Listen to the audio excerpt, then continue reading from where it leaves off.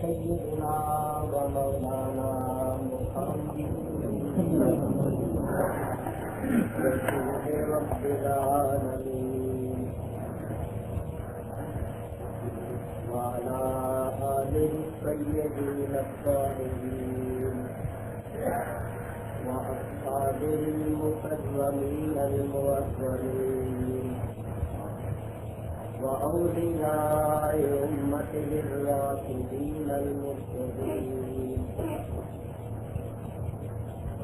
أما بعد فأعوذ بالله من الشيطان الرجيم. بسم الله الرحمن الرحيم. إنما يخشى الله من عباده العلماء. صدق الله العلي العظيم.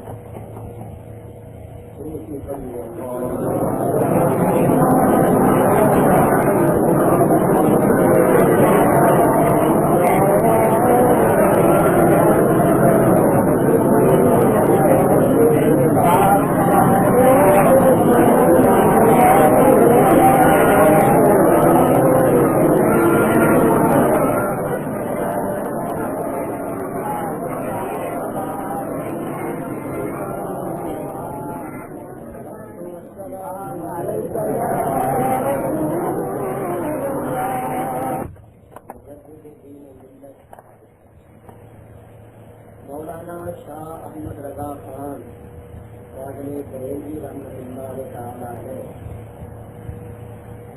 منعقد ہوا ہے، اور میں اس علاقے کے ان نوجوانوں کو اور بزرگوں کو ہدیہ تقریب پیش کرتا ہوں جنہوں نے یہاں یوم امام احمد رضا رحمۃ اللہ تعالی علیہ منایا۔ میں آپ حضرات کے سامنے علماء کی شان، خصوصاً اعلیٰ حضرت امام اہل سنت کا علمی مقام اور آپ کا عشق رسول، اور آپ نے اس پرفتن دور میں جو دین اسلام اور مسلک اہل سنت کی خدمت کی ہے، اس کو مختصر طور پر پیش کرتا ہوں۔ وما توفیقی الا باللہ العلی العظیم۔ اللہ تعالیٰ ارشاد فرماتا ہے انما یخشی اللہ من عبادہ العلماء، سوائے اس کے نہیں کہ اللہ سے ڈرتے ہیں جو اس کے بندوں میں سے علماء۔ انما حسر کا کلمہ ہے، با محاورہ ترجمہ کریں گے تو یوں کریں گے کہ اللہ تعالیٰ سے اس کے بندوں میں سے علماء ہی ڈرتے ہیں، کیونکہ اللہ تبارک و تعالیٰ نے اپنی خشیت کو، اپنے ڈر اور خوف کو علماء کے ساتھ منحصر فرمایا۔ تو میرے بزرگوں اور دوستوں، اس آیت سے ثابت ہوا کہ اللہ تعالیٰ سے ڈرتے ہیں تو اس کے بندوں میں سے علماء ہی ڈرتے ہیں۔ بڑی سیدھی سی بات ہے کہ جن لوگوں کو اللہ تعالیٰ کی معرفت حاصل نہیں ہے، اللہ تعالیٰ کے احکام معلوم نہیں ہیں، جو نیکی اور بدی کے انجام کو نہیں جانتے، جو قیامت کے ہولناک منظر کو، عذاب قبر کو اور جہنم کی سب ترین سزاؤں کو نہیں جانتے وہ اللہ تعالیٰ سے ڈرتے بھی نہیں. اور جو جتنا زیادہ علم رکھنے والا ہوگا اتنا ہی زیادہ اللہ تعالیٰ سے ڈرنے والا ہوگا.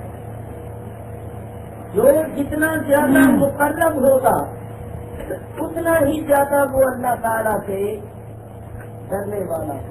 کیونکہ ڈر اور خوف کے لیے علم کا ہونا ضروری ہے. میں ایک مثال پیش کرتا ہوں, توجہ سے سنیں.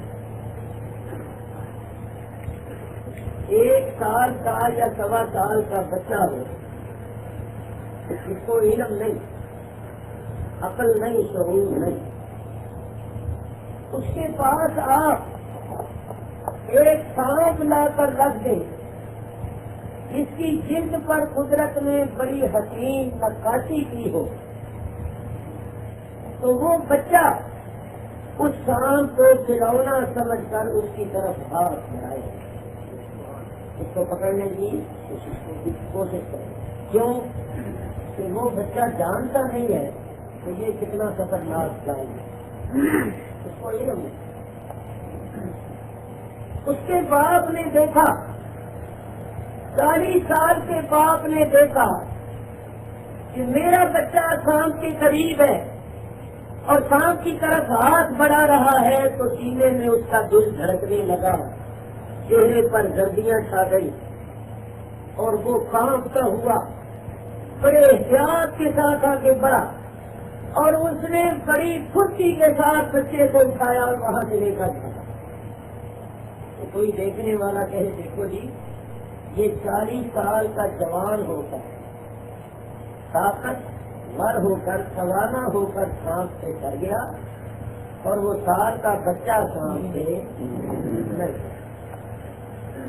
اس بچے کا سینے میں دل نہیں دھڑکا, اس کے چہرے پر گردی نہیں کھائی, اور اس کو دیکھو ابھی تک اس کے حواس قابو میں نہیں ہے, سینے میں اس کا دل دھڑک رہا ہے, تو اس سے تو وہ بچہ ہی بہادر نکلا. عقل مند کہیں گے یہ بات نہیں, بات یہ ہے بچہ سانپ سے اس لیے نہیں ڈرا کہ وہ سانپ کی حقیقت کو جانتا ہے, اور 40 سال کا جوان طاقتور باپ سانپ سے اس لیے ڈرا کہ وہ سانپ کی حقیقت کو جانتا. میرے بزرگوں اور دوستوں, بلا تشبیہ اسی طرح جو لوگ اللہ تبارک و تعالی کی ذات اور صفات کی معرفت رکھتے ہیں, جو یہ جانتے ہیں کہ وہ عزیز ذوالانتقام ہے, جو یہ جانتے ہیں کہ وہ جبار و قہار ہے, جو یہ جانتے ہیں کہ وہ ذات بے نیاز ہے, وہ اللہ تعالیٰ سے ڈرتے ہیں. اور جن کو پتہ نہیں ہے وہ نہیں ڈرتے, بے پرواہ ہو کر انجام سے بے نیاز ہو کر وہ سب کچھ کر رہے ہیں, شرابیں بھی پی رہے ہیں, برائیاں بھی کر رہے ہیں, جوا بھی کھیل رہے ہیں, رشوتیں بھی لے رہے ہیں. یہ جو برائیاں کرنے والے ہیں ان کے دلوں میں اللہ کا ڈر اور خوف نہیں. جس کے دل میں ڈر اور خوف پیدا ہو جاتا ہے وہ کبھی برائی نہیں کرتا. تو اللہ تعالیٰ ارشاد فرماتا ہے کہ مجھ سے وہی ڈرتے ہیں جو میرے بندوں میں سے علم جانے. یہاں علماء کرام تشریف فرما ہے. حضور علیہ السلام نے ارشاد فرمایا انا اعلمکم باللہ وانا اخشاکم باللہ. لوگوں میں تم سب سے زیادہ اللہ کا علم رکھنے والا اور میں تم سب سے زیادہ اللہ تعالیٰ سے ڈرنے والا.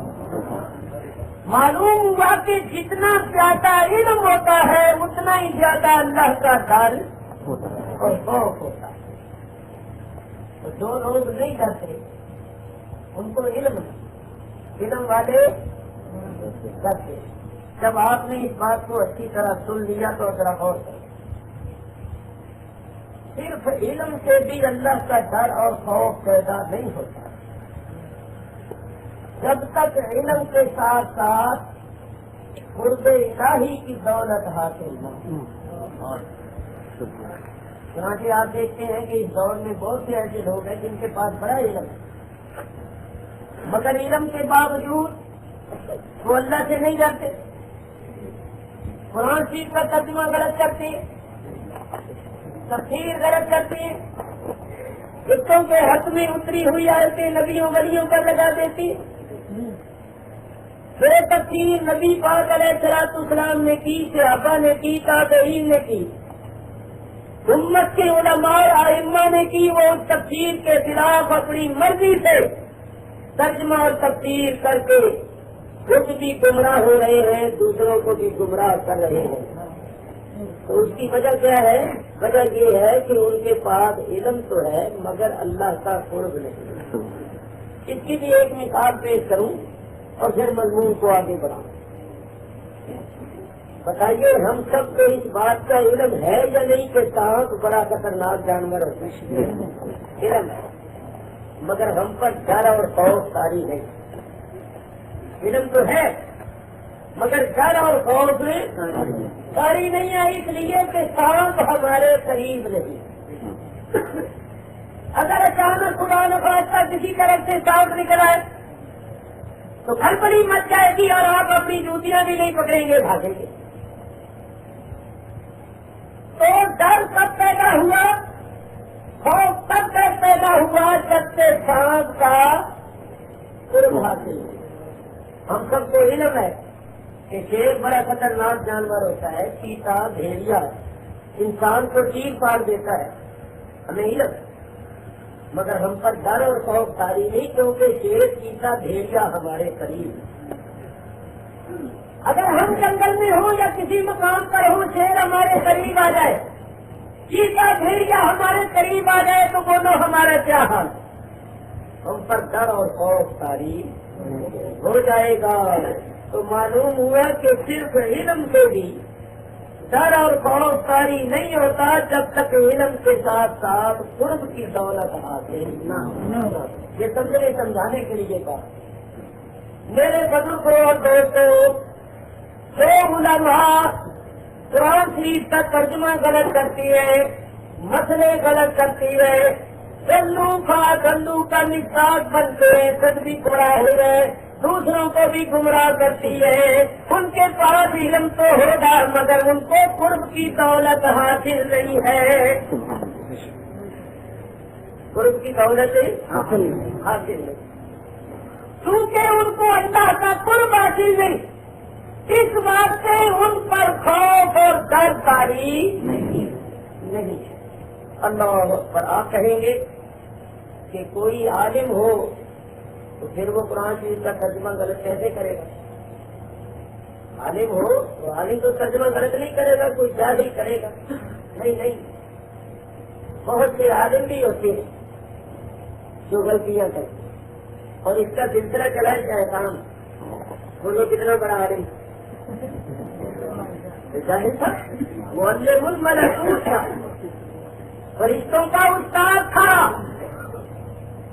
عالم اتنا بڑا کہ فرشتوں کا استاد، اور عابد اتنا بڑا کہ اس نے 6 لاکھ برس تک اللہ کی عبادت کی۔ اور یہ بات ضرور یاد رکھنا کہ وہ توحید کا قائل تھا، اس نے اللہ کی توحید کا انکار نہیں کیا، کسی کو اللہ کا شریک نہیں ٹھہرایا، تو وہ مردود ہو گیا، مرحوم ہو گیا۔ کیوں؟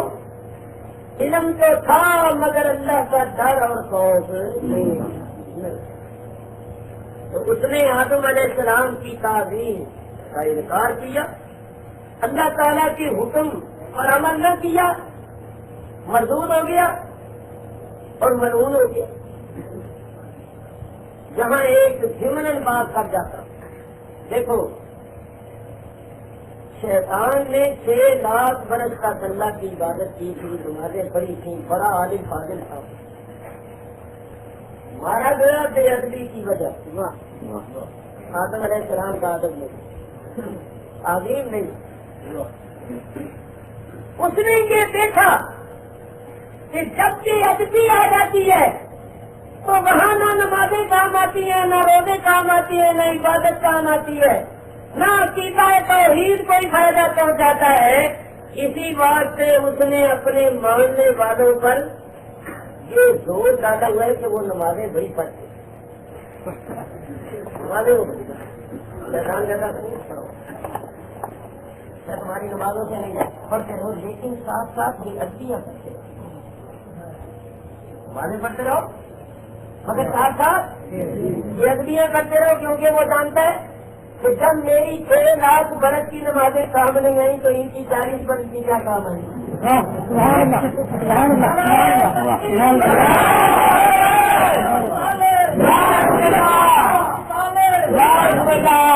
توحید کے نعروں کی لگاؤ، میں بھی توحید کا قائل تھا اور آپ کی قائل ہوں۔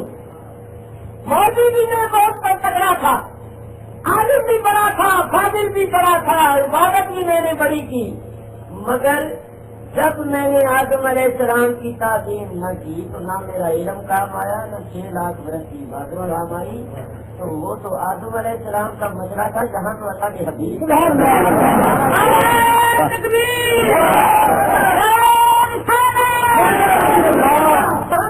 حبیب کا مسئلہ ہے۔ کہتے رہو پھر مجھے تمہاری باتوں کی کوئی پرواہ نہیں ہے، میں جانتا ہوں کہ یہ جماعتیں تمہیں نفع نہیں دے گی، تمہیں جہنم کا ایندھن بنا دے گی، سب ادبیاں کرتے رہو۔ دیکھو ذرا دھیان سے سننا، ان کو ترغیب دیتا ہے بے ادبی کی، ان کو نمازوں سے نہیں، بے ادبی کی ترغیب دی، اور ہم کیونکہ ادب والے ہمیں نماز سے ہٹا، ہمیں نماز سے ہٹاتا ہے، جانتا ہے انہوں نے بے ادبی تو کرنی نہیں، انہوں نے تعلیم کو چھوڑنی نہیں، میں نے تو تعلیم نہیں کی تھی اور انہوں نے ضرور کر لی ہے، تعلیم سے بات تو نہیں آتے، چلو ہمارے کروا ہمارے زندگی جو ہے وہ اسی بات سے نماز میں ذرا اور وہ نمازیں نہیں پڑھتے کیونکہ ان کو پڑھواتا ہے، جہاں اس کا فائدہ ہوتا ہے وہاں پڑھواتا ہے، اور جہاں اس کا نقصان ہوتا ہے وہاں چھڑواتا ہے۔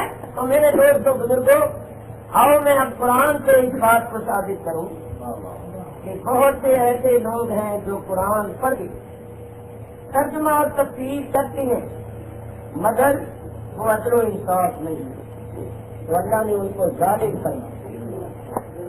اللہ تعالیٰ ارشاد فرماتا ہے وَنُنَزِّلُ مِنَ الْقُرْآنِ مَا هُوَ شِفَاءٌ وَرَحْمَةٌ لِّلْمُؤْمِنِينَ وَلَا يَزِيدُ الظَّالِمِينَ إِلَّا خَسَارًا۔ اللہ فرماتا ہے ہم جو قرآن اتار رہے ہیں یہ مومنوں کے واسطے رحمت اور شفا، وَلَا يَزِيدُ الظَّالِمِينَ، اور یہ قرآن نہیں زیادہ کرتا واسطے ظالموں کے، إِلَّا خَسَارًا، مگر خسارے، یعنی ظالموں کے نقصان اور خسران میں قرآن اضافہ کرتا ہے۔ یہاں جو نقطہ ہے نا قابل غور وہ یہ ہے، اللہ نے وَلَا يَزِيدُ الظَّالِمِينَ نہیں فرمایا، کافر تو قرآن پڑھنا ہی نہیں، ترجمہ اور تفسیر کرتا ہی نہیں، ظالمین فرمایا۔ ظالم کی تعریف کیا ہے؟ ظلم کی تعریف کو سمجھ لیجیے، ظالم کی تعریف خود بخود سمجھ میں آ جائے گی۔ ظلم کی تعریف یہ ہے وضع الشیء فی غیر محلہ، چیز کو شے کو اس کے محل اور مقام کے سوا رکھنا، یہ ظلم، اور جو اس کا محل اور مقام ہو اسی پر رکھنا یہ عدل ہے۔ مثلا جرم کرے کوئی، سزا دے دی جائے کسی اور کو، یہ کیا ہے؟ جس نے جرم کیا اسی کو سزا دی جائے تو یہ عدل۔ محنت کرے کوئی، مزدوری دے دی جائے کسی اور کو، یہ ظلم ہے، اور جس نے مزدوری کی اسی کو اس کا $1 دیا جائے تو یہ عدل ہے۔ اب میں آپ کو ان سب کا واسطہ دے پوچھتا ہوں کہ اللہ آیتیں اتارے بتوں کے بارے میں، اور ان آیتوں کو پڑھ پڑھ کے لکھ لکھ کے نبیوں ولیوں پر چسپاں کیا جائے تو یہ عدل ہے یا ظلم؟ ظلم ہے کیا؟ اور اللہ جانتا تھا کہ ایسے ظالم بھی ہوں. اسی بات سے اللہ تعالیٰ نے ارشاد فرمایا بلا یزید الظالمین الا خسارا. یہ قرآن ظالموں کے نقصان اور خسران میں اضافہ کرتا رہتا ہے. کیا مطلب؟ جو وہ بتوں والی آیتیں نبیوں ولیوں پر لگاتے رہتی ہیں ان کے نقصان خسران میں اضافہ ہوتا رہتا ہے. اب میں دعوے سے کہتا ہوں کہ یہ جو وہابی دیوبندی ہے ان کی کتابیں پڑھ کے دیکھ لو، ان کی تقریریں سنو، تو جو آیتیں بتوں کے بارے میں اتری ہیں انہی آیتوں کو پڑھ کے یہ نبیوں ولیوں پر لگاتے رہے. میں دعوے سے یہ بات کہہ رہا ہوں اور ہر مقام پر اس کو ثابت کرنے کے واسطے سمجھا کیونکہ میرے پاس ان کی کتابیں موجود. آپ جانتے ہیں کہ جب ہمارے نبی کریم علیہ السلام مبعوث ہوئے تھے بت پرستی کا بڑا دور. بت پرستی کا یہ عالم تھا کہ خانے کعبے کے اندر انہوں نے 360 بت رکھے ہوئے تھے. ہر گھر بت، ہر خاندان قبیلے کا بت الگ الگ، اور ایک ہی بت نہیں، صبح کا الگ، شام کا الگ، لڑکا دینے والا الگ، لڑکی دینے والا الگ، ہوائیں چلانے والا الگ، بارش برسانے والا الگ، بیڑیاں کرانے والا الگ اور بیڑیاں غرب کرنے والا الگ، سفر کا الگ اور حضرت کا الگ. بعض خدا ان کے 5-5 10-10 من کے ہوتے ہیں، بعض خدا 10-15 کے، بعض خدا سدھان کے سدھان، بعض چھوٹے چھوٹے خدا ہوتے تھے کہ بندہ جب سفر میں جاتا تھا خدا کو جیل میں ڈال دیتا تھا. جہاں کہیں پوجا کرنے کو بلایا خدا جیل سے نکالا، آگے رکھا، پوجا کی پھر چل پڑا، تماشا بنا ہوا. لوگ ان بتوں کو اپنا حاجت روا مشکل کشا سمجھتے تھے، تکلیف اور مصیبت کے وقت ان کے نام کی دعائی دیتے تھے، ان کو مالک و مختار سمجھتے تھے، ساری کائنات کا نظام ان کے ہاتھوں میں سمجھتے تھے، نفع و نقصان کا مالک سمجھتے تھے، انہی کا نام لے کر جانور ذبح کرتے تھے، انہی کے نظر و نیاز کرتے تھے.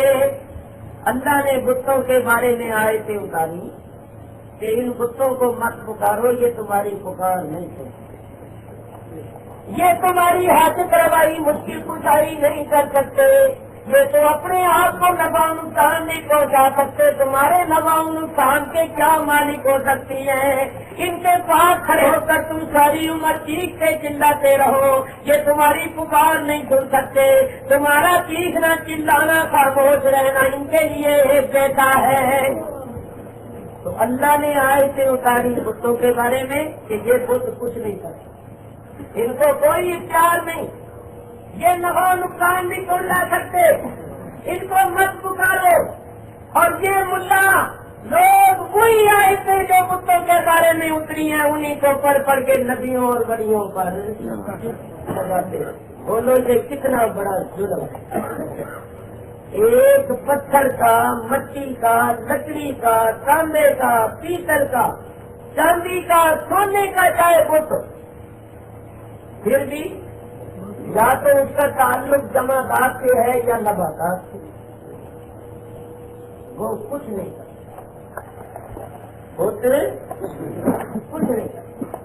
اس کی آنکھیں بنائی جاتی ہیں مگر وہ آنکھوں سے دیکھ نہیں سکتی، کان بنائے جاتے ہیں مگر وہ سن نہیں سکتا، ہاتھ بنائے جاتے ہیں ان ہاتھوں سے کوئی چیز پکڑ نہیں سکتا. وہ محض دیکھ کیا، اس کی بے بسی کا یہ عالم ہے کہ مکھی بیٹھ جائے تو وہ اڑا بھی نہیں. اور اس کے مقابلے میں آپ کو تسلیم کرنا پڑے گا کہ اللہ نے انسان کو اختیارات دیے. کبھی تو اللہ نے حکم دیا کہ یہ کام کرو، یہ کام نہ کرو. اگر ہم کچھ کر ہی نہیں سکتے تو اللہ نے ہمیں اوامر اور نواہی کا حکم کیوں دیا؟ آپ بھی جانتے ہیں اگر پتھر پڑا ہو، پتھر پڑا ہو، لوٹا وغیرہ کوئی ہو.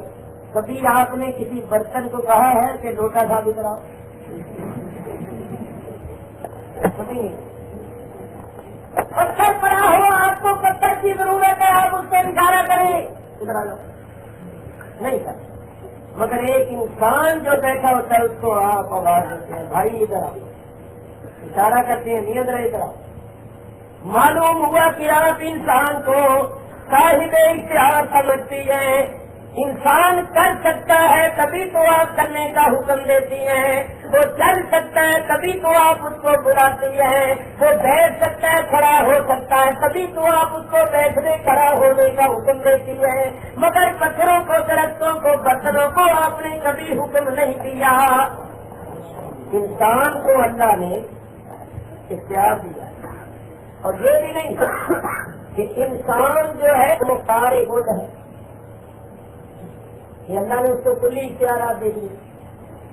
اور نہ انسان کی یہ حالت ہے کہ وہ مجبور محض ہے کہ کچھ بھی نہیں کر سکتا. اللہ نے اس کو کچھ اختیار بھی دیا ہے اور کچھ اس کو مجبور اور بے بس بھی بنایا. جیسے کہ امیر المومنین حضرت علی کرم اللہ تعالیٰ وجہ الکریم سے کسی نے پوچھا, حضرت اللہ تعالیٰ نے انسان کو مختار کل بنایا ہے یا مجبور محض بنایا ہے؟ تو آپ نے اس شخص سے کہا کہ ایک پیر اٹھاؤ, کوئی نہیں کھا لیا, اور میں دوسرا بھی اٹھاؤں. کہنا یہ تو نہیں ہو سکتا, تو میں بس یہی حالت ہے. اتنا اختیار دیا ہے کہ ایک پیر اٹھا لے, اور اتنا اختیار نہیں دیا کہ دونوں اٹھا کے معلومات ہو. اتنا اختیار دیا کہ ایک اٹھا لے, اور مجبور محض بھی نہیں بنایا کہ ایک بھی نہ اٹھا سکے. کچھ اختیار دیا ہے اور کچھ مجبور بھی بنایا. اور بڑی موٹی بات ہے, اسی اللہ کے دیے ہوئے اختیار کی بنا پر ہم جو عمل کرتے ہیں, نیکی کریں یا بدی کریں, اس کی ہمیں جزا اور سزا ملے گی. اگر عمل میں ہمارے اختیار کا دخل ہی نہیں ہے, ہمارے قصد اور ارادے کا دخل ہی نہیں ہے, تو پھر جزا اور سزا کیسی؟ بولو, جو نیکی کرتے ہیں ان کو جزا ملے گی یا نہیں, اور جو بدی کرتے ہیں ان کو سزا ملے گی. تو معلوم ہوا کہ اللہ نے ہمیں کچھ اختیار بھی دیا ہے, اس اختیار کی بنا پر ہم نیکی بدی کرتے ہیں تو ہم جزا اور سزا کے مستحق ہوتے ہیں. میں بتانا یہ چاہتا ہوں, انسان کچھ نہ کچھ کر سکتا ہے, لیکن کچھ بالکل کچھ نہیں کرتا. جب عام انسان کی یہ کام ہے تو ہم دیا اور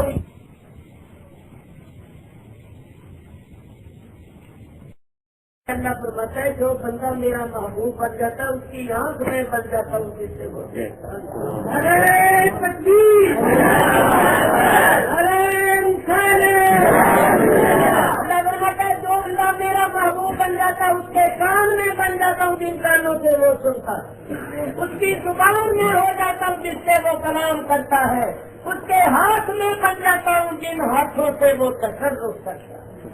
کیا آپ نے نہیں سنا ہوا کہ وہ سلیمان علیہ السلام کا وزیر آصف بن برقیہ آنکھ جھپکنے سے پہلے اتنی دور سے اتنا بڑا تخت لے کر آ گیا؟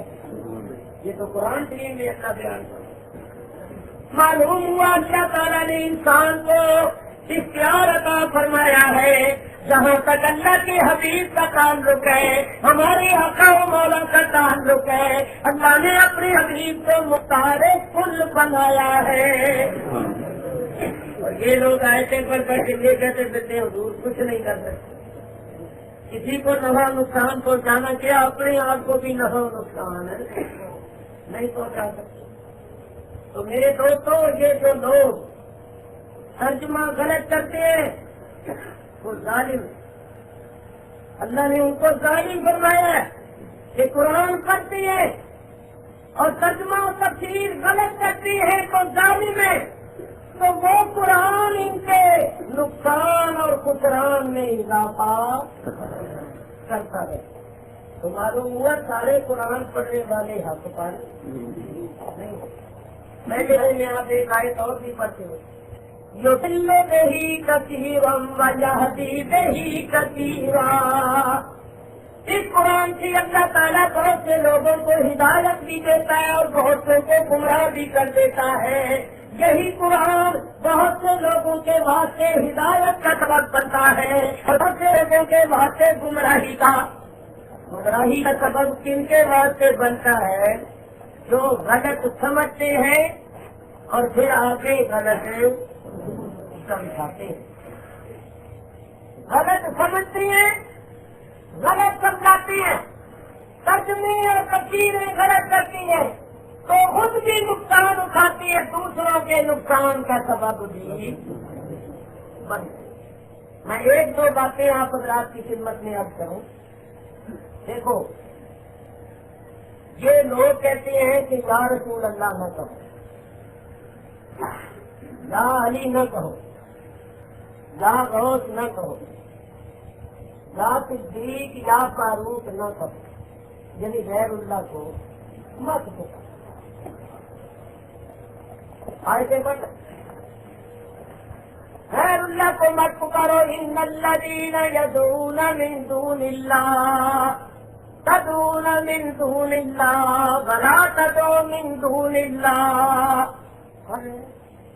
عوام جو ہوتے ہیں ان کو پتہ نہیں ہوتا، وہ کہتے ہیں مولوی آدمی ہے، منہ پر داڑھی رکھی ہوئی ہے، قرآن پڑھ رہے ہیں، تو وہ یقین کر لیتے، لیکن ان کو کیا پتا ہے کہ مولوی ترجمہ کرتے ہوئے ڈنڈی مار رہے ہیں، ترجمہ غلط کر رہا ہے۔ چنانچہ میں آپ کی خدمت میں عرض کروں، یہ من دون اللہ کا ترجمہ کرتے ہیں اللہ کے سوا، اللہ کے سوا۔ ہم کہتے ہیں کہ من دون اللہ کے مراد ہے بت۔ یہ بات ایسی بات ہے کہ اگر اس بات کو آپ یاد کر لو اور اس پر پکے ہو جاؤ تو انشاءاللہ کبھی گمراہی کا شکار نہیں۔ من دون اللہ سے مراد ہے، سارے بولو، من دون اللہ سے مراد کون ہے؟ اور یہ ترجمہ کرتے اللہ کے سوا، اور کہتے ہیں من دون اللہ کا ترجمہ اللہ کے سوا۔ نبی بنی بھی اللہ کے سوا ہے، لہذا وہ بھی من دون اللہ میں داخل ہے، کیونکہ من دون اللہ کا معنی اللہ کے سوا، تو جو بھی اللہ کے سوا ہے وہ من دون اللہ، تو نبی بنی بھی اللہ کے سوا ہے، لہذا وہ بھی من دون اللہ میں داخل۔ ہم کہتے ہیں کہ نبی ولی بلا شک و شبہ اللہ کے سوا ہے، اللہ نہیں، اللہ کے سوا ہے مگر من دون اللہ میں داخل ہے۔ دلیل کیا ہے ہمارے پاس؟ دلیل ایسی ہے جس کا یہ قیامت تک جواب نہیں دے۔ اللہ تعالیٰ ارشاد فرماتا ہے انکم وما تعبدون من دون اللہ حسب جہنم۔ اللہ مشرکوں کو مخاطب کر کے کہتا ہے انکم، بے شک تم میں مشرکوں، وما تعبدون، اور جن کو تم پوجتے ہو، من دون اللہ یعنی بت، حسب جہنم، سب جہنم کا ایندھن ہے۔ مشرکوں تم بھی اور تمہارے من دون اللہ سب جہنم کا ایندھن ہے۔ میرے بزرگوں، اللہ نے من دون اللہ کو جہنم کا ایندھن فرمایا، اگر نبیوں ولیوں کو من دون اللہ میں داخل کیا جائے تو معاذ اللہ کیا نتیجہ نکلتا ہے کہ وہ جہنم کا ایندھن ٹھہرتی، اور نبی ولی ہرگز جہنم کا ایندھن نہیں ہے، لہذا ماننا پڑے گا کہ وہ من دون اللہ میں داخل نہیں۔ تو وہ لوگ کتنے بڑے ظالم ہیں جو نبیوں ولیوں کو من دون اللہ میں داخل کرتے ہیں، گویا وہ ان کو جہنم کا ایندھن بنانے کی کوشش کرتے ہیں، اور نبی ولی ہرگز جہنم کا ایندھن نہیں ہے۔ تو جو ان کو جہنم کا ایندھن بنانے کی کوشش کرے گا وہ لوگ خود جہنم کا ایندھن ہوگا یا نہیں ہوگا؟ آئیے ہم نے اس پر ایک دو دلیلیں اور پیش کر کے پھر اعلیٰ حضرت امام اہل سنت کی طرف رجوع کرتا۔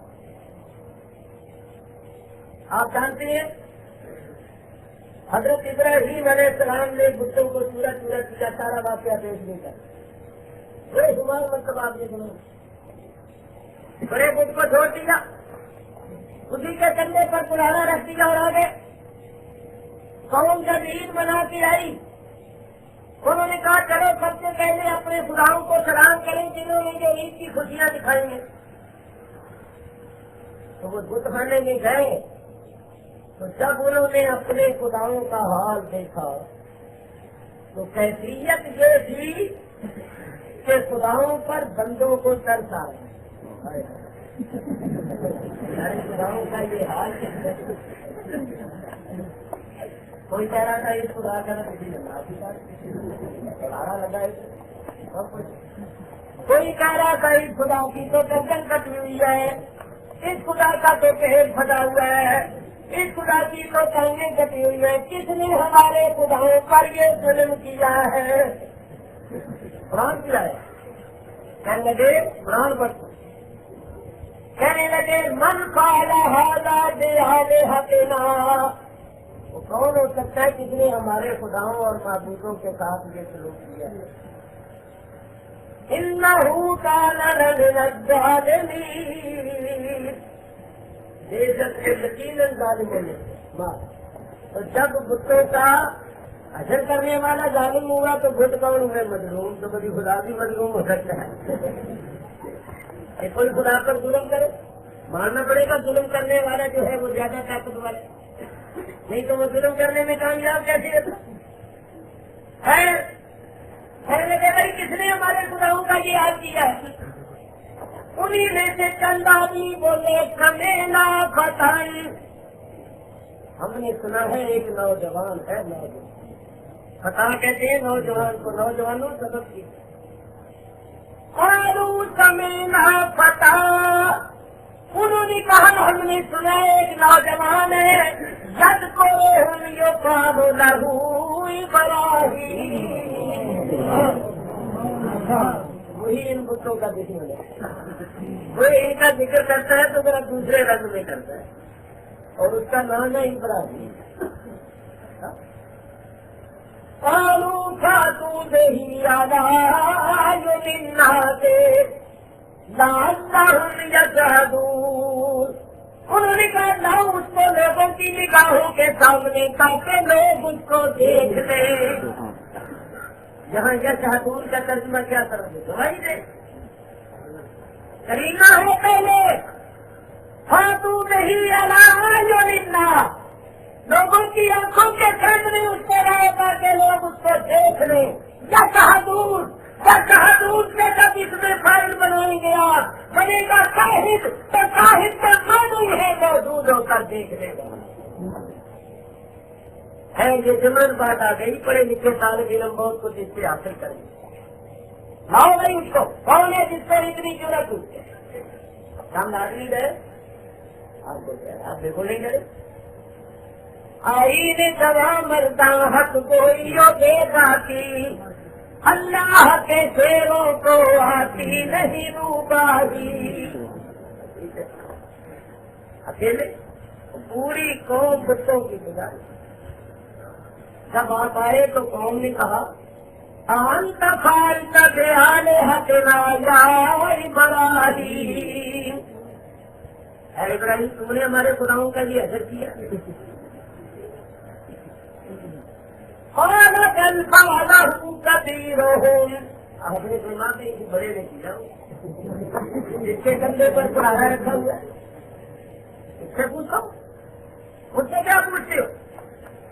تمہارا یہ عقیدہ ہے کہ یہ سارے چھوٹے خدا تھے، یہ بڑا ہے، اس کے ہاتھ میں پوری کائنات کا نظام ہے، تو یہ کندھے پر کلاڑا رکھ کے جو بیٹھا ہوا ہے تو اس کو پوچھو کہ تیرے ہوتے ہوئے چھوٹے خداؤں کو کون ٹکڑے ٹکڑے کرتے؟ اور اگر اس سے نہیں پوچھتے ہو تو پھر ایسا کرو فَقَالُوهُمْ إِنْ كَانُوا يَنْطِقُونَ، ان سے پوچھ رہے تو ٹکڑے ٹکڑے ہوئے پڑے ہیں، اگر یہ بولتے تو تمہیں کس نے مارا؟ کس نے تمہارے ٹکڑے اڑائے؟ بات ہی لاجواب۔ اب اس کا جواب کیا دے؟ بڑے کھجل اور شرمسار اتنے سر جھکا لیے اور کیا کہنے لگے لقد علمت ما هؤلاء ينطقون. ابراہیم تو خود بھی اچھی طرح جانتا ہے کہ یہ بیچارے بولتے بول نہیں سکتے. جب یہ بولتے ہی نہیں تو ہم پوچھیں کیا؟ پوچھیں تو اس سے جو سمجھتا ہو جو بولتا ہو یہ تو بول ہی نہیں سکتے. تو اب سنو حضرت ابراہیم نے کیا فرمایا افتعبدون من دون اللہ ما لا ينفعكم شيئا ولا يضركم اف لكم ولما تعبدون من دون اللہ افلا تعقلون. افتعبدون من دون اللہ کیا تم ان بتوں کو پوچھتے؟ بولو یہاں من دون اللہ کا ترجمہ کیا کرو گے؟ نبی ولی. افتعبدون من دون اللہ کیا تم من دون اللہ یعنی بتوں کو پوچھتے ہو؟ ما لا ينفعكم شيئا ولا يضركم کہ نہ تو تمہیں کچھ نفع پہنچا سکتی ہے نہ نقصان. یہ تمہیں کیا نفع نقصان پہنچائیں گے؟ ان کی بے غتی کا تو یہ عالم ہے کہ ان کے ٹکڑے ٹکڑے اڑا دیے جائیں. نہ اپنے آپ کو بچا سکتے ہیں نہ ٹکڑے کرنے والے کی خبر تک دے سکتی ہے. اف لکم تم ہے تم پر وَلَمَا تَعْبُدُونَ مِن دُونِ اللَّهِ اور ان پر بھی تم ہے جن کو تم پوجتے ہو من دون اللہ. اف لکم تم ہے تم پر وَلَمَا تَعْبُدُونَ مِن دُونِ اللَّهِ اور ان پر بھی تم ہے جن من دون اللہ کو تم پوجتے ہو. افلا تعقلون کیا تمہیں عقل نہیں؟ تم عقل نہیں رکھتے ہو؟ نہیں سمجھتی ہو کہ ان کے تو ٹکڑے ٹکڑے کر دیا جائے تو یہ سارے خدا مل کر کچھ نہیں کر سکتے. یہ تمہارے نفع و نقصان کے مالک کیسے ہو؟ انہوں نے کہا ابراہیم سے بحث نہ کرو مناظرہ نہ کرو. مناظرے میں پورے نہیں اترو گے بحث کرو گے تو کامیاب نہیں ہوگو گے کیونکہ اس کے ٹھوس اور معقول دلائل کا جواب ہمارے پاس نہیں ہے. کہنے لگے ہر لے کو ہو ونصروا آلہتکم ان کنتم فاعلین. اس کو جلا دو اور اس کو جلا کر اپنے معبودوں کی مدد کرو. بدلا لو اگر کرنا ہے تو یوں کرو.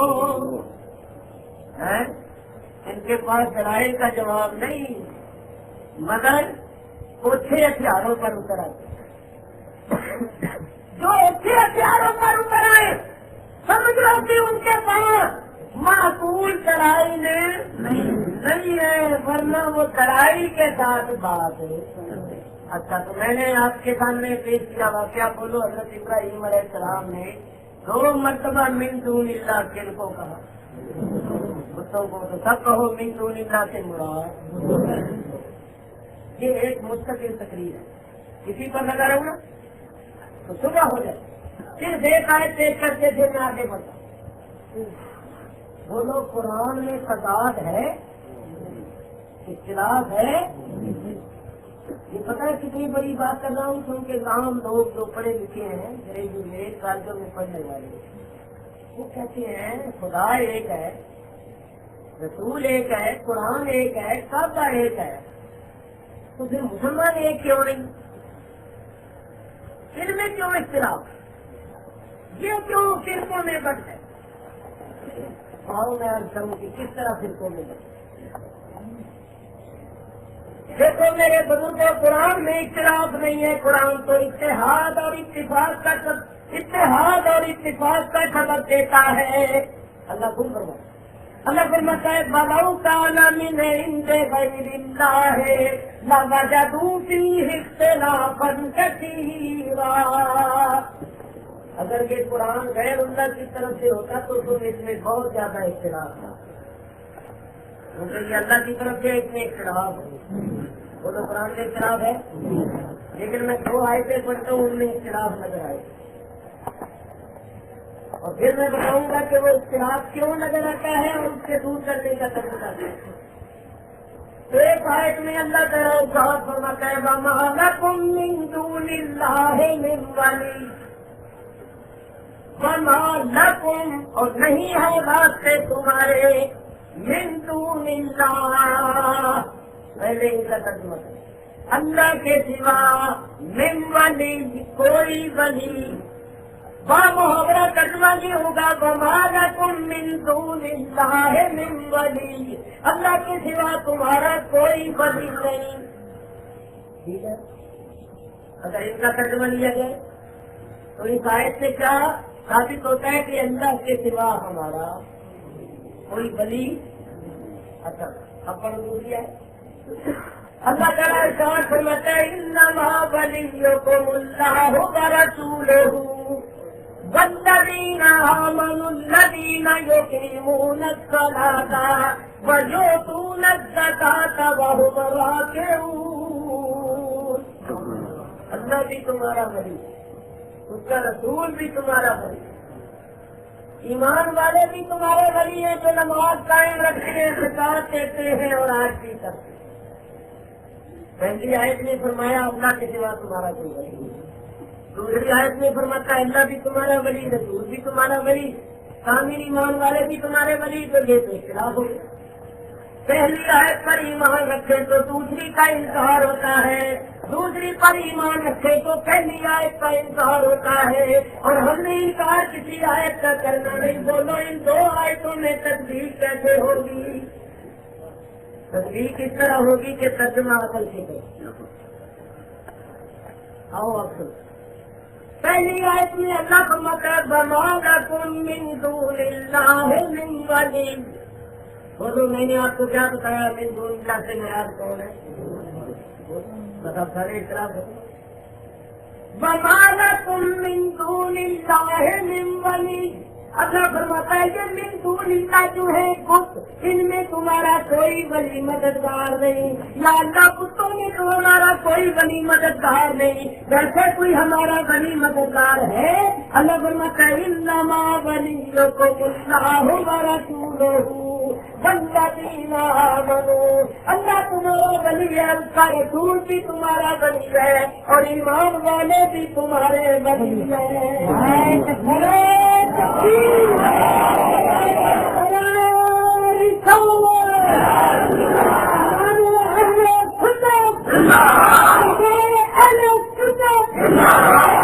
اتنا بھی دور ہو گیا قرآن کی دونوں آیتوں پر ایمان بھی ہو گیا مگر کب ہوا کب ہم دے اور جو ظلم کرے من دون اللہ سے مراد نبی ولی وَمَا لَكُم مِّن دُونِ اللَّهِ مِن وَلِيٍّ وَلَا نَصِيرٍ. اللہ کے سوا تمہارا کوئی ولی مددگار نہیں نہ رسول مددگار ہے نہ گیارہویں والا نہ بارہویں والا کوئی مددگار نہیں اللہ ہی مددگار ہے. معلوم ہوا ایک ہے بت والی لگایا نبی تم لوگوں کو تو بتا تم تو لوگ مولوی آدمی ہے نبی داری قرآن پڑھ لیں چکر میں آ جاؤ جو ایمان برباد ہوتے. تم ایک بات اور کر کے اللہ فرماتا ہے بلا تدعوا من دون اللہ. پہلے ان کا ترجمہ ہے اللہ کے سوا کسی کو مت پکارو بلا تدعوا اور نہ پکار تو من دون اللہ. ان کا ترجمہ ہے اللہ کے سوا کو مطلب یہ ہوا کہ اللہ کے سوا کسی کو مت پکارو. اگر ان کا یہ ترجمہ لو میں سالوں سے کہتا ہوں دنیا میں کوئی مسلمان نہیں ہے. کیسے بولو اس آیت میں زندے کی یا مردے کی قریب کی یا بعید کی کوئی قید ہے؟ مطلب حکم ہے کہ جو اللہ کے سوا ہے اس کو مت پکارو. تو جو زندہ ہے وہ بھی اللہ کے سوا جو مردہ ہے وہ بھی اللہ کے سوا جو قریب بیٹھا ہے وہ بھی اللہ کے سوا جو دور بیٹھا ہے وہ بھی اللہ کے سوا اور اللہ فرماتا ہے اللہ کے سوا کو مت پکارو. تو پھر تو کوئی مسلمان نہیں رہ سکتا. جو قریب بیٹھا ہے اس کو آپ نے پکارا تو مجھے اگر باپ نے بیٹے کو پکارا ہو بیٹا ہی کراؤ باپ مشرکوں کے بیٹا اللہ کے سوا ہے، اور اگر بیٹے نے باپ کو پکارا ابا جی وہ بھی مشرکوں کے ابا جی بھی اللہ کے سوا ہے۔ قریب ہو یا دور ہو، زندہ ہو یا مردہ ہو، سب اللہ کی سوا ہے، اور اللہ فرماتا ہے اللہ کی سوا کسی کو مت پکارو۔ بولو کوئی مسلمان رہ سکتا ہے؟ اب دیکھیے جاہلوں کو دھوکہ دینے کے لیے کہتے ہیں مردوں کو مت پکارو۔ بھائی مردوں کو اللہ نے کہاں فرمایا؟ اللہ کو فرماتا ہے جو میرے سوا ہے۔ کیا مردے ہی اللہ کے سوا ہے؟ جو زندہ ہو وہ اللہ کے سوا نہیں، وہ اللہ ہے۔ تو اگر ان کا ترجمہ ہو کوئی مسلمان نہیں رہ سکتا، ترجمہ صحیح کرو کیا؟ بلا کا تو من دون اللہ سے مراد ہے بت، اللہ فرماتا ہے کتوں کو مت پکارو۔ کیونکہ مشرک پکارتے تھے، خدا کی قسم ہم کتوں کو نہیں پکارتے، مشرک کتوں کو معبود سمجھ کے پکارتے تھے، ہم کتوں کو نہیں پکارتے، ہم تو اللہ کے محبوبوں کو پکارتے ہیں۔ نعرہ تکبیر، نعرہ رسالت۔ تو کیا رسول اللہ کو پکارنے کا کوئی ثبوت ہے؟ اللہ تعالیٰ ارشاد فرماتا ہے لا تجعلوا دعاء الرسول بینکم کدعاء بعضکم بعضا، میں نے رسول کے پکارنے کو آپس میں ایسا نہ ٹھہرا لو جیسا کہ تم ایک دوسرے کو پکارتے ہو۔ سارے مفسرین لکھتی ہیں رسول اللہ کو پکارو مگر تعظیم کے ساتھ پکارو، عام لوگوں کی طرح نہ پکارو۔ اللہ نے پکارنے سے منع ہے، یہ پکار اس طرح نہ پکارو جس طرح تمہارے سب میں ایک دوسرے سے پکارو۔ ہم کس طرح پکارتے ہو بھائی، ہوئے رکھو ہوئے پھٹو، اللہ بولنا خبردار میرے محبوب کو اس طرح نہ پکارو۔ بھائی کیا کرنا پکارنا، بابا کیا کرنا پکارنا، نام لینا ہے محمد اس طرح نہ پکارنا، تعظیم کے ساتھ پکارو۔ دیوبندیوں کے بڑے مولوی شبیر احمد صاحب عثمانی نے بھی رکایت کی تفسیر میں لکھا کہ اس کا مطلب یہ ہے کہ رسول اللہ کو پکارو کا تعظیم کے ساتھ پکارو، یا رسول اللہ یا حبیب اللہ یا رحمت للعالمین۔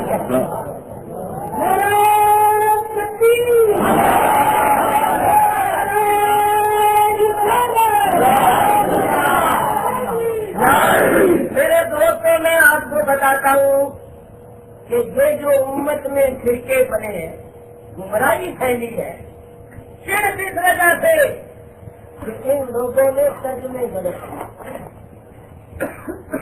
اعلیٰ حضرت امام اہل سنت مولانا شاہ احمد رضا خان صاحب بریلوی رحمۃ اللہ علیہ پر اللہ کروڑوں رحمت آیت نے قرآن شریف کا ترجمہ کیا حق ادا کر۔ ترجمہ کرنا ہر نتو بتو کا کام نہیں ہے، اللہ کا کلام ہے۔ کسی صوفی کا کلام کو سمجھنا بڑا مشکل ہوتا ہے، اللہ کے کلام کو سمجھنا کوئی آسان بات نہیں۔ اور آج کل تو جس کو دیکھو پروفیسر کی 2 ساتھ لگ جائے تو وہ کہتا ہے مجھے کسی مفسر کی ضروری نہیں، میں خود ہی مفسر ہلدی نکلتی رکھتے پنساری پر بیٹھے۔ قرآن کریم کا ترجمہ کرنا ہر ایک کا کام نہیں۔ دیکھو میں ایک مثال بتاؤں، بزرگان دین میں ایک بزرگ ہوئے ہیں جن کا لقب ہے شیخ اکبر، بہت بڑے شیخ، ان کا نام ہے محی الدین ابن عربی رضی اللہ عنہ، بڑے کامل اکمل علی، تصوف کے طریقت کے معرفت کے امام، بہت بڑے ولی اللہ ہوئے، شیخ اکبر ان کا نام۔ انہوں نے ایک مولوی صاحب کے پیچھے نماز پڑھی،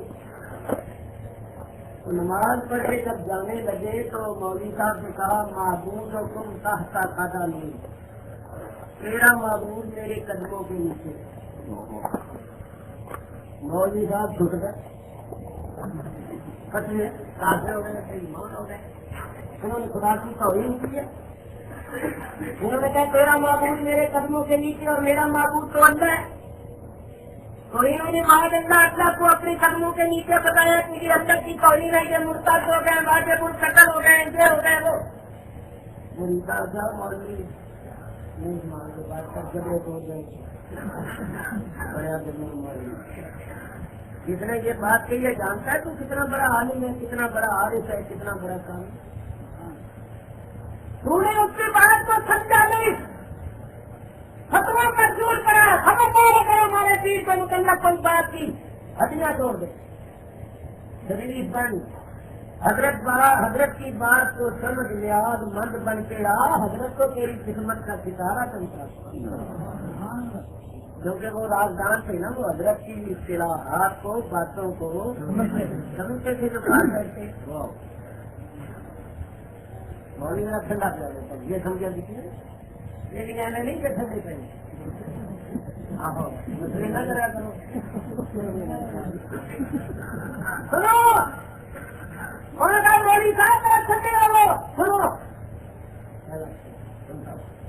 وہ کہنے لگے ایمان نہ لکھا یعنی خدا کی سخت میں پوچھی جب وہ نماز پڑھانا چاہیے ہے تیرا خیال کیا جھوٹ بولنے کا بھی یاد آتا ہے سچی بات ہے میرا خیال کیسے ہو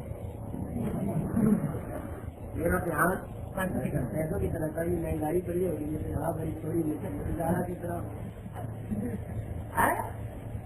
میرا دھیان پیسوں کی طرف تھا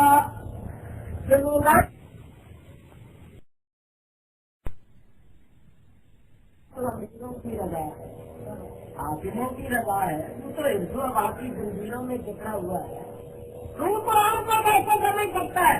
قرآن کو سمجھنا ہے تو پہلے اپنے آپ کو حرص و ہوا سے کھاؤ. دنیا تماشا بنو سنا کہ آؤ اعلیٰ حضرت امام اہل سنت صاحب حضور، انہوں نے امت پر جو سب سے بڑا احسان کیا میں آپ کو بتاؤں. کیوں؟ اللہ کا ان پر کرم، ان میں حرص نہیں تھی، ہوا نہیں تھی، دنیا کی دولت کے تعلق نہیں تھی، چنانچہ دلیل تھے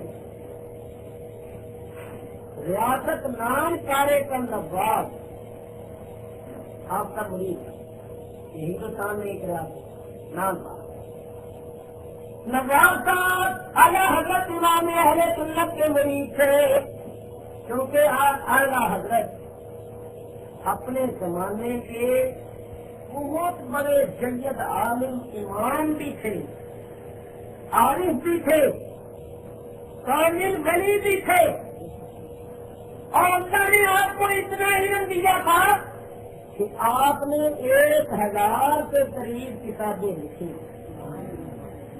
اور ان کتابوں میں 50 قسم کے علوم کا مظاہرہ. یہ شرعی مسئلے جو ہے نا، حلال حرام، جائز نہ جائز، فرض واجب وغیرہ، یہ تو ہے نا الگ. اعلیٰ حضرت بہت بڑے ریاضی دان، علم فلکیات وغیرہ کے بڑے ماہر، بڑے بڑے چانسلر، وائس چانسلر، بڑے بڑے انگریز لوگ بعض مسائل کو سمجھنے کے لیے اعلیٰ حضرت کے پاس آتے. چنانچہ آپ نے کتابیں لکھی ان مسائل پر. ہندوستان پاکستان میں کسی عالم نے کتابیں نہیں، ورنہ پیش کرو. اعلیٰ حضرت نے کتاب لکھی ہے کہ زمین آسمان حرکت کرتے ہیں جیسے چاند سورج سیاروں کی منزلیں، ان کی رفتاریں، سورج گرہن سے ہوتا ہے، یہ سب کچھ آپ نے لکھا. اور یہ تو کہتے ہیں نا سورج میں کیسے جائے، میں کہتا ہوں یہ اگر انگریز اس کتاب کو پڑھے، مصر کی یونیورسٹی کے سب سے بڑے استاد جو علم کے ماہر ہیں، جب انہوں نے اعلیٰ حضرت کا رسالہ دیکھا تو وہ کہنے لگے کہ یہ شخص تو اس علم کا اتنا بڑا امام ہے کہ اس نے جو کچھ لکھا ہے ہمیں تو اس کی خبر ہی نہیں. چنانچہ آپ کا ایک رسالہ ہے سود مبین در حرکت زمین، بہت بڑا رسالہ. اس میں ایسے ایسے نشان بنائے ہوئے ہیں جو کالجوں میں لڑکے وغیرہ نہیں بناتے، یہ سب ساری سمجھ نہیں چاہیے کیونکہ ایسی وہ علم پڑے ہی. بہت بڑے عالم تھے. یہ علی گڑھ یونیورسٹی کے وائس چانسلر ڈاکٹر ضیاءالدین. ایک مسئلہ تھا اسی طرح ریاضی کا حل نہیں ہوتا تھا, بڑے بڑے ریاضی دان جمع ہوئے, حل نہیں ہوا. وہ ولایت جا رہے تھے اس مسئلے کے حل کے لیے. حضرت مولانا احمد اشرف گیلانی مدد اللہ علی جو وہاں علی گڑھ یونیورسٹی میں مدرس تھے, انہوں نے کہا میں ایک شخص کا آپ کو پتہ بتاتا ہوں, یہ مسئلہ حل کرتا ہوں. مطلب بریلی میں مولانا احمد رضا خان کے پاس چلے گا, وہ وائس چانسلر ڈاکٹر صاحب سے ملا کے پاس میرے ملا لوگوں کو نکاح طلاق کے مسئلے معلوم ہوتے ہیں, اور یہ میرا مسئلہ جو ہے اس کو تو حل کرنے کے لیے بڑے بڑے ریاضی دان جمع ہوئے ہیں, ان کی سمجھ میں نہیں آیا مولوی کیا کرے گا. انہوں نے کہا ولایت جو جا رہے ہیں اتنا خرچہ کرو گے تو جا کے دیکھ تو لو شاید وہ حلکاری ہے. کیا بات بہت سے 3 جگہ کہ فوراً حل کر ڈاکٹر صاحب آ گئے. اعلیٰ حضرت اثر کی نماز کے لیے وضو فرما رہے. تو وہ جو لائے تھے نا وہ تو جانتے تھے حضرت کے خاطر حضرت میں ایک مسئلہ ہے, اس کے لیے یہ علی گڑھ یونیورسٹی کے وائس چانسلر آئے. فرمایا ڈاکٹر صاحب مسئلہ بیان کرو. نے کہا کہ آپ وضو کر لو, نماز پڑھ لو, آرام سے بیٹھ کر مسئلہ کریں گے, وہ ایسا مسئلہ نہیں ہے. فرمایا ڈاکٹر صاحب آپ مسئلہ بیان کرو, وکیل سنے تو صحیح کیا مسئلہ ہے. حضرت صاحب وضو فرما رہے ہیں, ڈاکٹر صاحب مسئلہ بیان کرتی ہے. وضو کرنے کے بعد ڈاکٹر صاحب کو دکھا کر 5 منٹ میں مسئلہ حل کر دیا.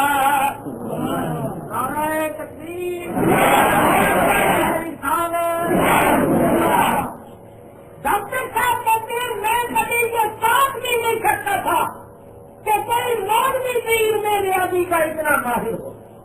ہم بڑے بڑے ماہر بیٹھ کر کچرے مارتے رہے, سر کپاتے رہے, 5 منٹ میں حل کر دیا. آپ اللہ تعالیٰ نے آپ کو اتنے علوم جب سب علم آتا 50 علوم پر مشتمل آپ کی کتابیں آج بھی معلوم نہیں. ایک اور بات کروں پھر میں یہ مضمون شروع کرتا ہوں. تو یہ عرض کرنا تھا کہ ریاست نام پارا کے جو نواب تھے مریض وہ بہت ان کے بیٹے ولی عہد خط نشین ہوئے, تو انہوں نے اعلیٰ حضرت کو لکھا کہ حضرت آپ میرے باپ کی تاریخ وفات میں, کیونکہ آپ اللہ کے فضل و کرم سے بہت بڑے شاعر بھی تھے اور تاریخ نکالنے کے امام کس فن میں بھی. چنانچہ آپ اندازہ کیجیے کہ آپ نے جتنی کتابیں لکھی ہیں ہر کتاب کا نام تاریخی. اس کتاب کے نام سے 2 مفہوم واضح ہوتے. ایک تو یہ کہ یہ کتاب کس فن میں لکھی گئی ہے, اور ایک یہ کہ اس میں مضمون کیا. نام سے کتاب کے مضمون کا بھی پتہ چلے اور تاریخ کا بھی. ہر کتاب کا نام تاریخ. تو تاریخ نکالنے کے آپ بہت بڑے ماہر. اور آپ جانتے ہیں کہ جب کوئی فوت ہو جاتا ہے اس کی تاریخ وفات لکھی جاتی ہے نا, تو پہلے چند اشعار میں اس کی تاریخ کی جاتی ہے, پھر آخری شعر میں تاریخ وفات بیان کی جاتی. تو اعلیٰ حضرت ایک نواب کی ایک بادشاہ کی تاریخ لکھتے, تاریخ وفات لکھتے تو نام حاضر اس کی تاریخ کرنی پڑتی. اور اگر آپ کر دیتے تو ایک تو وہ مریض تھا تو شہزادہ کتنا ہدیہ نذرانہ پیش کرتا. مگر جب اس نے لکھا نا کہ حضرت آپ میرے باپ کی تاریخ وفات لکھے تو آپ نے ایک نعت لکھ کر دے, اور اس نعت میں اس کے سوال کا جواب بھی لکھ کر بھیجے. چلو ساری نعت تو نہیں, 1-2 شعر سناتا. آپ نے جو نعت لکھ کر بھیجی اس نے لکھا, ایک مرتبہ روشی پڑھ لیجیے.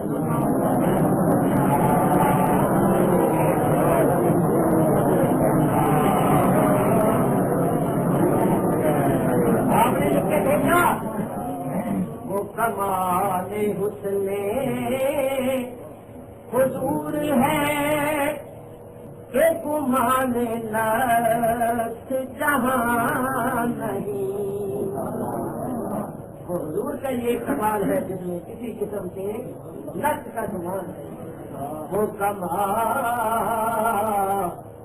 حسن حضور ہے کہ گمان نفس جہاں نہیں، یہی پھول خار سے دور ہے، یہی جگہ ہے کہ دھواں نہیں۔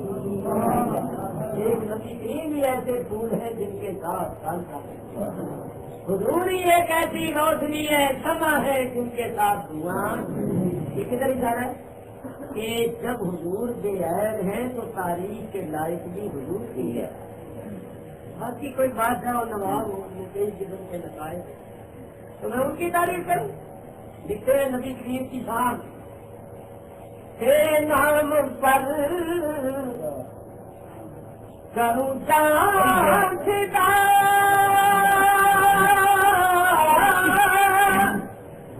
نہ بچے کی جان تو جہاں فدا،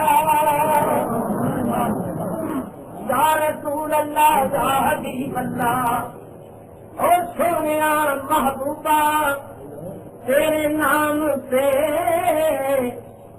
کروں جان فدا، نہ بچے کی جان تو جہاں فدا، تو جہاں سے بھی نہیں جی بھرا، تو جہاں قربان کر کے بھی جی نہیں، تو جہاں سے بھی نہیں جی بھرا، کروں کیا کروں جہاں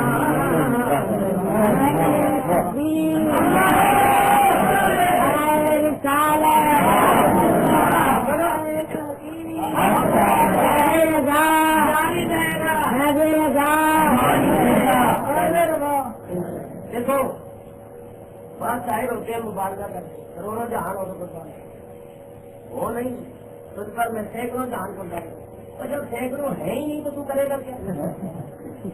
تو ذرا احتیاط دیکھو، کہتے دو جہان ہے، دونوں جہان یا اللہ کے نام پر فدا کرتے، مگر دونوں جہان فدا کر کے بھی جی نہیں کرتا، لیکن کرے کیا زیادہ ہے ہی نہیں ہے، تو جہاں سے بھی نہیں جی بھرا، کروں کیا کروں جہاں۔ بڑی پیاری بات، آخر میں آپ اس کے سوال کا جواب بھی دیتے ہیں اور یہ بھی بتاتے ہیں میں تاریخ وفات کیوں نہیں لکھا ہے، ہمارے پاس بھی سب ساری باتوں کا جواب ہے اور آپ کا مقام بھی واضح ہے۔ فرماتے ہیں کروں مدح اہل دوغل رضا،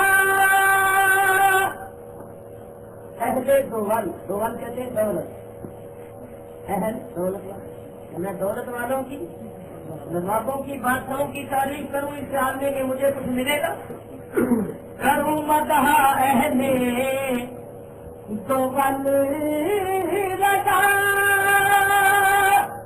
پڑے اس بلا میں میری بلا، میں گدا ہوں اپنے غریب کا، میں گدا ہوں اپنے غریب کا، میں گدا ہوں اپنے غریب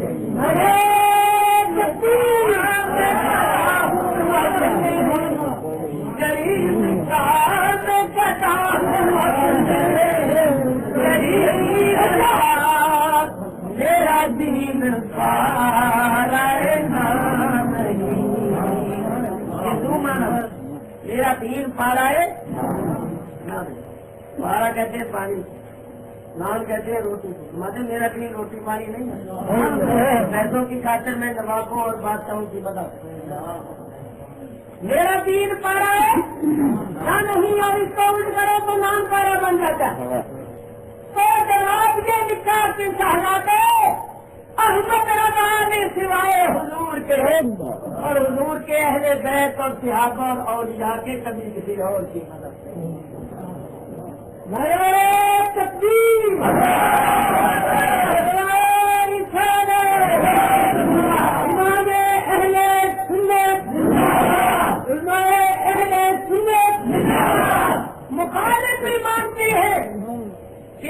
آشتے آپ آشتے رسول سے مخالفوں پر بھی یہ تصویر. مولوی اشرف علی تھانوی نے ایک عبارت لکھی کہ بعد علم غیب اگر نبی کریم کو ہے کوئی تو ہے نہیں، اگر بعد ہے تو اس میں حضور کی کیا تکلیف ہے. ایسا علم غیب تو ہے تو عمل بلکہ ہر صدی و مجنون بلکہ جمی ہے حیوانات و بہائم کے لیے بھی سمجھے. چلو میں آپ کو کسی نے سوال کیا کہ حضور کو علم غیب ہے نہیں، تو تھانوی نہ کہتے ہیں میں پوچھتا ہوں کہ حضور کو کل علم غیب مانتے ہو یا بات؟ کل تو عقلاً و نقلاً باطل ہے. رہا بات تو اگر حضور کو بعض علوم غیبیہ حاصل ہے تو اس میں حضور کی ہی کیا تفصیل ہے. ایسا علم غیب تو غیب عمل بلکہ ہر صدی و مجنون بلکہ جمی حیوانات و بہائم کے لیے اسے بالکل جھلکنے کے لیے عبارت پیش کہتے ہیں اگر بعض علوم غیبیہ مراد ہے اور بعض ہی مراد ہے. ہم بھی یہی کہتے ہیں کہ حضور کو جو علم تھا وہ اللہ کے علم کا بات اللہ کے علم کے برابر نہیں. تو تھانوی صاحب کہتی ہے اگر بعض علوم غیبیہ مراد ہے تو اس میں حضور کی ہی کیا تکلیف ہے. تو خصوصیت نہیں. آگے کہتے ہیں ایسا علم غیب یعنی بات جیسا کہ حضور کو ہے زید و عمل یعنی ہر ایرا وغیرہ نہ کچھ ہے بلکہ ہر صدی کہتے ہیں اللہ بالغ رستے ماں مجنون مجنون کہتے ہیں پاگلوں کو اور اس کے ساتھ نسل رکھا ہوا ہے. ہر صدی و مجنون یعنی ہر نابالغ بچے کو اور ہر پاگل کو بلکہ کمی حیوانات اور بہائم کے لیے بھی حاصل ہے. حیوانات تو آپ جانتے ہیں جی اور بہائم جمع ہے بہیمتن کی. بہیمتن کہتے ہیں چار پائے ہیں. چار پائے کتے بچے سور سنجی بخاری صاحب کہتے ہیں اگر بعض علوم غیبیہ مراد ہے ان کی کوئی خصوصیت ہے. ایسا بعض علم غیب تو کتوں بلوں جانوروں پاگلوں کو بھی. تو اعلیٰ حضرت تھے آپ کے رسول نبی کریم کی توہین کیسے برداشت کر سکتے ہیں. انہوں نے کفر کا فتویٰ کہ یہ عبادت کفریہ ہے اس نے حضور کی توہین. اس وقت کے 370 علماء نے اعلیٰ حضرت کی تعریف کی اور وہ حضرت کے علماء. اسی بات سے یہ لوگ دشمن ہوئے ہیں. اعلیٰ حضرت کا اگر کوئی قصور ہے تو صرف یہ کہ انہوں نے ان کی گستاخیوں اور بےادبیوں کا کسی کو انہوں نے برا نہیں کہا. کوئی ذاتی راحت نہیں صرف اس لیے کہ جو انہوں نے بےادبیاں کی ہیں انہوں نے گرفت کی اور فتوے دیے بجائے اس کے لیے اپنی اصلاح کر لیتے دشمنوں میں کالیاں دے اچھا میرے بزرگوں اور دوستوں باوجود اس کے کہ اعلیٰ حضرت نے تھانوی پر کفر کا فتویٰ دیا مگر تھانوی صاحب کہتے ہیں کہ مولانا احمد رضا خان بریلوی کے پیچھے اگر مجھے نماز پڑھنے کا موقع ملے تو میں پڑھوں. مریضوں نے کہا حضرت وہ تو آپ کو کافر کہتے ہیں اور آپ کہتے ہیں کہ میں ان کے پیچھے نماز پڑھوں. تو انہوں نے کہا کہ وہ جو مجھے عاشق کہتے مجھے وہ کافر کہتے ہیں تو اس کے رسول کی بنا وہ اتنے بڑے حضور کے عاشق ہیں کہ حضور کے خلاف کسی قسم کی کوئی بات وہ گوارا یا برداشت خالق بھی مانتے تھے کہ خاص تھے. اور کیوں نہ ہو میں کہتا ہوں آپ کی کتابیں پڑھ کے دیکھو قسم خدا کی آپ کی تصانیف پڑے گی نا ایک ایک لفظ سے اس کے رسول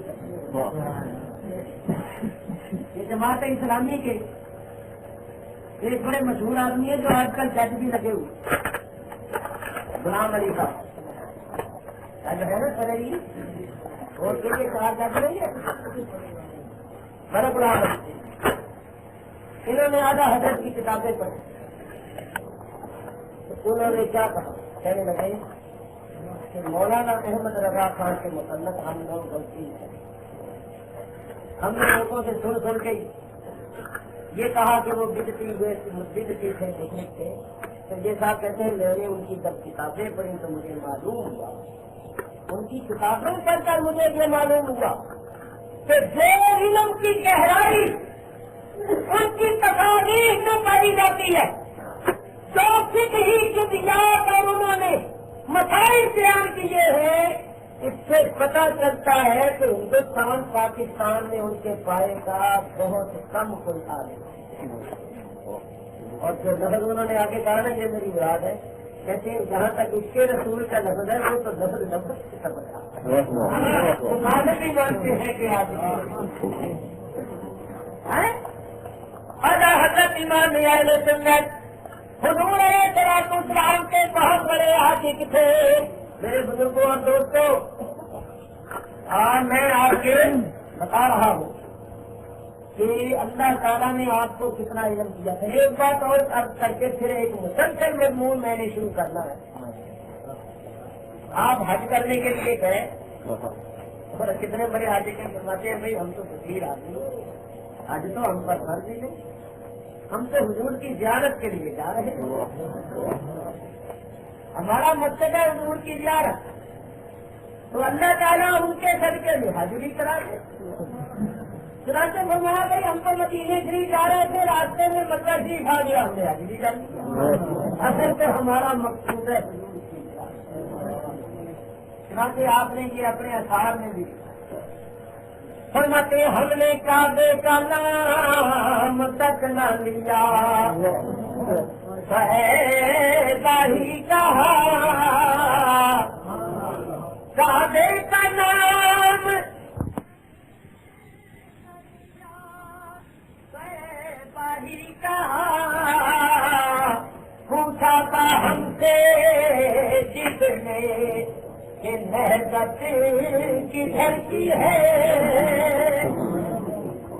نہضت کے معنی کسی جگہ جانے کے ارادے سے تیار ہو کر گھر سے نکل. یہ نہ سمجھنا کہ آپ کو کہتے سے محبت نہیں سے سمجھ فرماتے جب ہم تیار ہو کے نکلے تو جتنے بھی پوچھا ضرور کہاں جا رہے ہیں تو ہم نے کعبے کا نام لے لیا، مدینہ شریف ہی کعبے کا نام تک نہ لیا، ہی کہا پوچھا تھا ہم سے جس نے کہ نہضت کدھر کی ہے. اور چونکہ آپ اپنے وقت کے امام تھے تو آگے دلائل بھی پیش کرتے ہیں کہ کوئی یہ نہ کہے کہ محض خوش اعتقادی کا مظاہرہ ہو رہا ہے یا محض لفظی ہے. نہیں، فرماتے ہیں ان کے طفیل حج دی خدا نے کرا دیا، ان کے طفیل حج دی خدا نے کرا دیا، ورنہ اصل مراد حاضری اس بات کرتی ہے.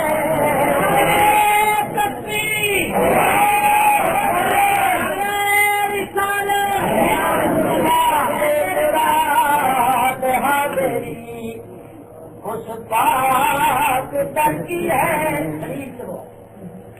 دلیل ایسی پیش کرتی ہے جس کا کوئی جواب نہیں. دل کے کانوں سے سنو.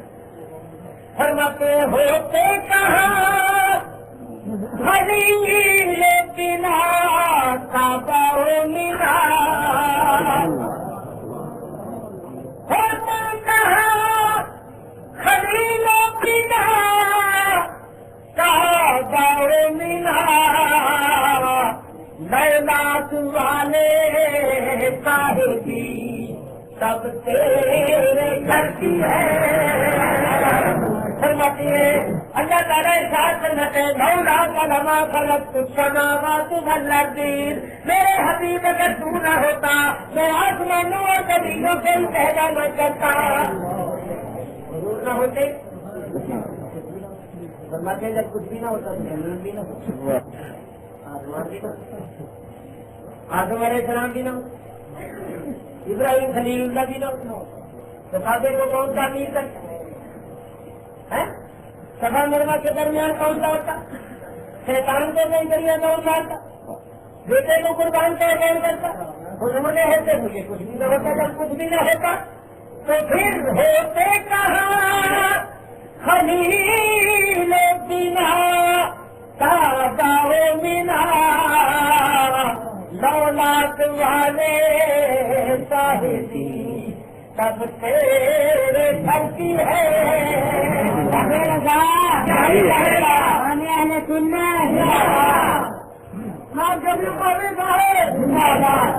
تو فرماتی اگر حضور نہ ہوتا تو کچھ بھی نہ ہوتا.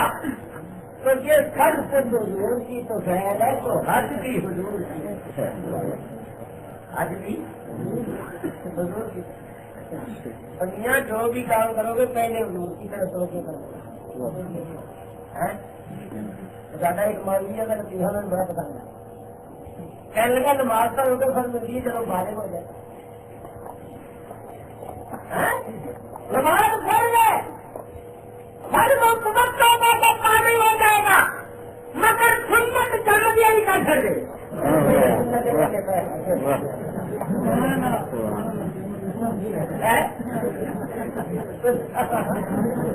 کہتے ہیں نہیں بڑا باتیں رب چلے میں نے میری معلوم کی سننے کے چلو بتاؤ سرکاری لوگوں نے نماز کر دے گی مگر پہلے میرے محبوب کی سنت کرانا چاہیے.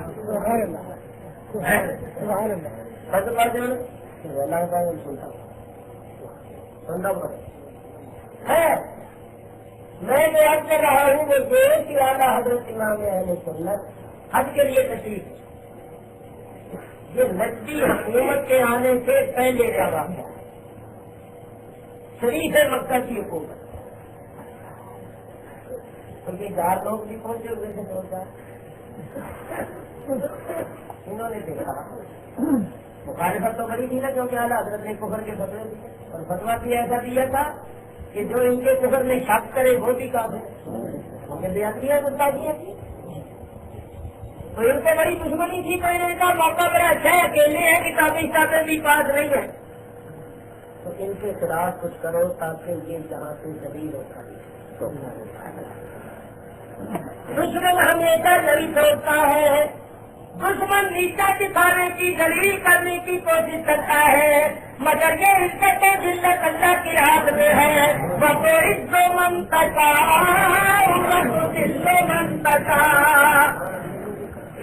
انہوں نے کیا کیا شریف مکہ کو درخواست دی کہ جی ہندوستان ایک مولوی آیا جو مشرک ہے اور وہ شرک پھیلا رہا تو اس کو یہاں سے نکل جانے کا حکم دیجیے ورنہ وہ حرمین شریف ہے انہیں شرک پھیلا دے گا. شریف مکہ نے کہا کہ وہ کیا شرک کرتے ہیں تو انہوں نے کہا کہ جی وہ نبی کریم کے علم کو اللہ کے علم کے برابر مانتا ہے صرف ذاتی اور عطائی کا فرق کرتا ہے.